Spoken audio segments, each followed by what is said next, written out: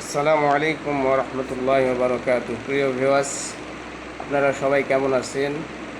আলহামদুলিল্লাহ সুম্মা আলহামদুলিল্লাহ, আল্লাহর অশেষ মেহেরবানিতে আমি ভালো আছি এবং সুস্থ আছি। দোয়া করি আল্লাহ তাআলা যেন আপনাদেরকে ভালো রাখেন, সুস্থ রাখেন, সর্বহালতে সুখে শান্তিতে রাখেন, এই কামনাই করি।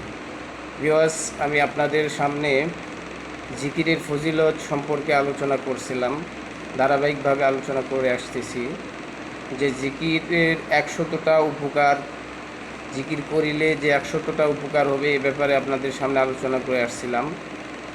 এর আগের ভিডিওতে 15 নম্বর পর্যন্ত আলোচনা করছি, আজকে 16 থেকে 20 পর্যন্ত আলোচনা করার ইচ্ছা পোষণ করছি। বাকি আল্লাহ তাআলা যদি চাই তো ইনশাআল্লাহ আলোচনা করতে পারবো। বিখ্যাত মুহাদ্দিস হাফেজ ইবনে কাইয়ুম রহমতুল্লাহ তার বিখ্যাত গ্রন্থ আল ওয়াবিলুস সাইয়্যিব নামক গ্রন্থে জিকিরের 100-এরও বেশি উপকারিতা লিপিবদ্ধ করিয়াছেন। সেই 100 উপকার কি, সেটার ধারাবাহিক আলোচনায় 15 নম্বর পর্যন্ত করা হয়েছিল।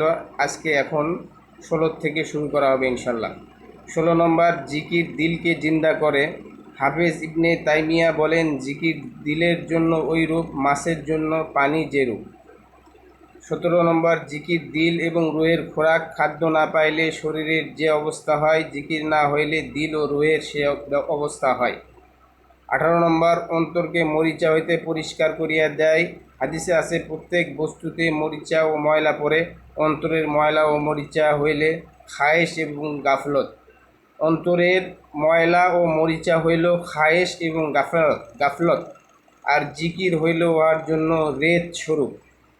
19 নম্বর, জিকির দ্বারা পদক্ষণন ও ভুল ভ্রান্তি বিদূরিত হয়।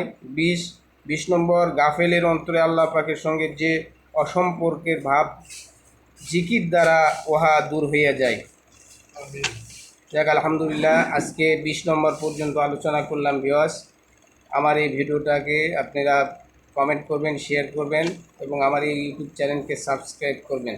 আসসালামু আলাইকুম ওয়া রাহমাতুল্লাহি ওয়া বারাকাতুহু।